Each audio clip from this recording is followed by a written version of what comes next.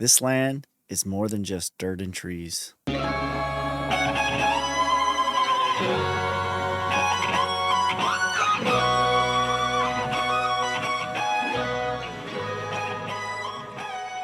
It's the start of a new life, a life that I fought for. You see, I come from very humble beginnings. I didn't come from money. I wasn't handed this. My mom was a drug addict. My family was poor.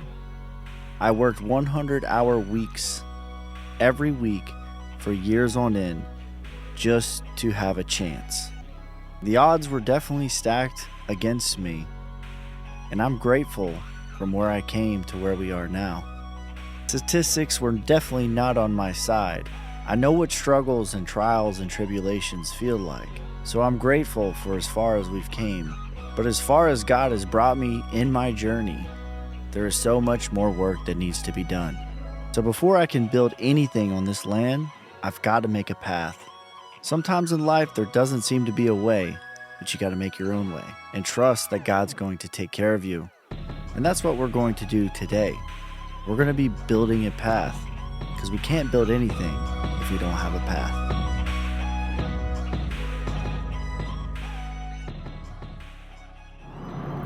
So, today is day one of our homestead journey.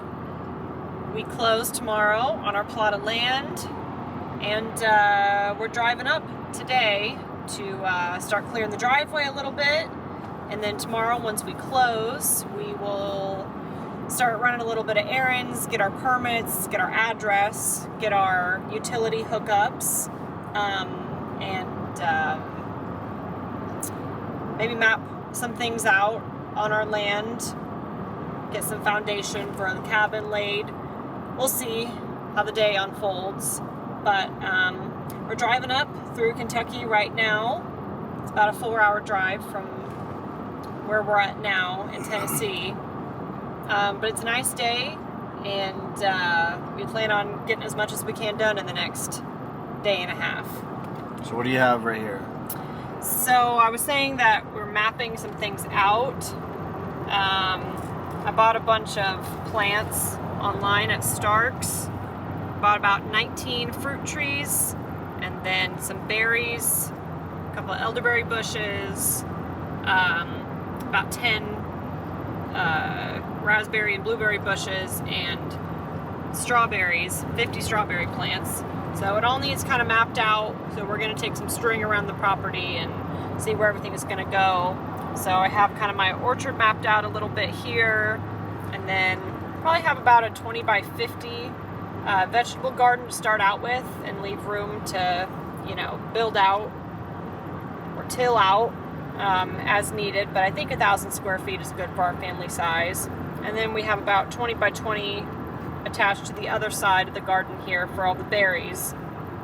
And then of course we got to have space for our chickens, a coop and a run, and that'll be all on one side of the property, and the other side will be for the cows.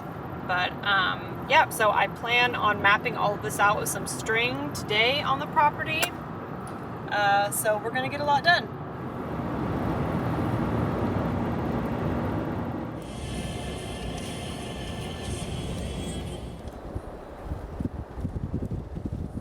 So here's the driveway, or what will be the driveway. We gotta clear all of this brush. We gotta clear, there's fencing, there's worn down fences over here that need to be cleared. There's trees that are falling down, and it's going to go all the way back through here, and then I'll show you right here, but through here it's better, but you could kind of see it. There's where the really flat part is. You can see it way better over here.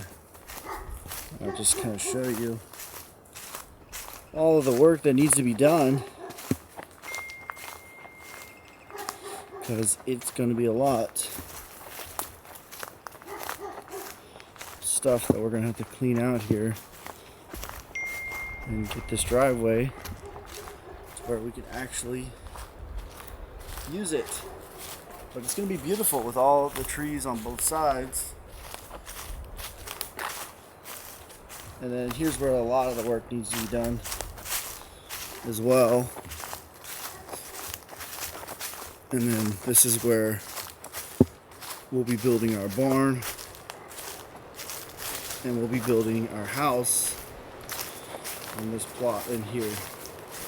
So all this needs to be cleared out. There's trees on the ground. These little tiny trees, all this stuff's got to go. This tree, that worn down tree. But yeah, the work begins. Talking about if the driveway should come up right here or through there. Either way, both will need to get cleared, but the straightest path is on this side here. But I said I kind of like this post here that's right in the middle. Fix it up, keep it, and put our Skis Farm sign on top of it. There are no shortcuts for hard work. It takes grit, it takes discipline, it takes consistency, and constantly trying to be 1% better each and every day in each and every way. I'm a firm believer that faith without works is dead. I know that God is going to take care of me and God is going to provide, but I must meet Him in the middle. I must do my part. You see, I did this for my kids and my family to clear a path, both physically and metaphorically, a path for them that they're going to have that I never did growing up.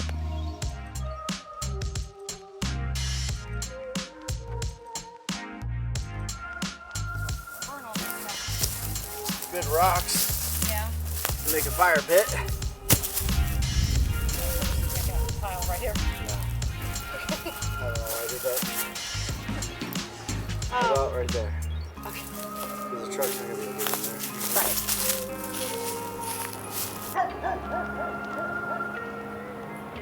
We should start here. Devin's trying to talk about the driveway, and I'm so distracted by, well, let's see if it'll catch it. It's not. Oh, there it is. You see that one long white beard hair? You're getting old, buddy. She's killing me. Yeah, we definitely made really good progress, I think. Yeah, that's, it looks so much better already. Mm-hmm. And, like, this is all usable. I'd say, I mean, even that tree right there is fine.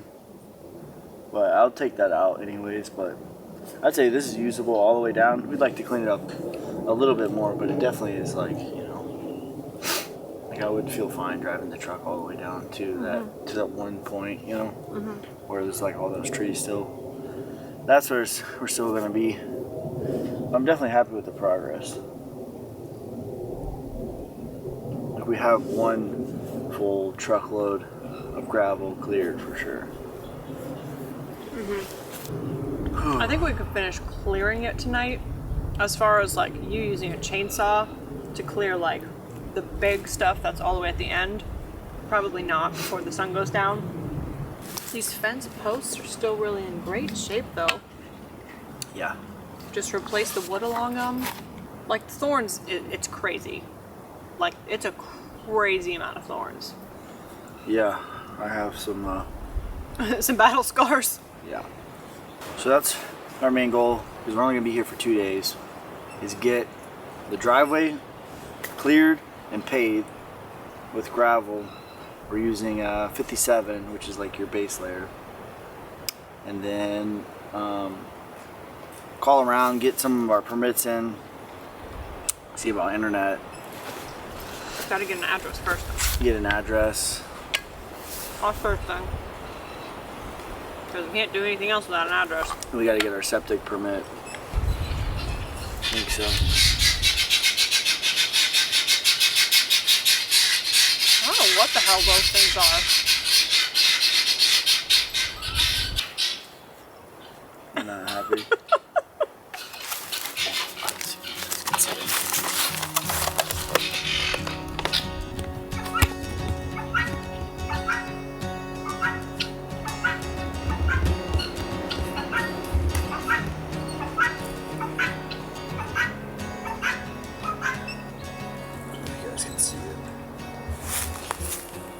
Now that we have a clear path, the real work can begin. Instead of saying like and subscribe and all that nonsense, I decided to have my wife read some encouraging words for you. I'll close out this first video with some biblical motivation. It's important to Devin and I that we always put God first in our lives and always acknowledge where our blessings come from. As we've prayed for this land, specifically over the last year, these verses from Matthew chapter 6 continue to appear. Therefore, I tell you, do not worry about your life, what you will eat or drink, or about your body, what you will wear.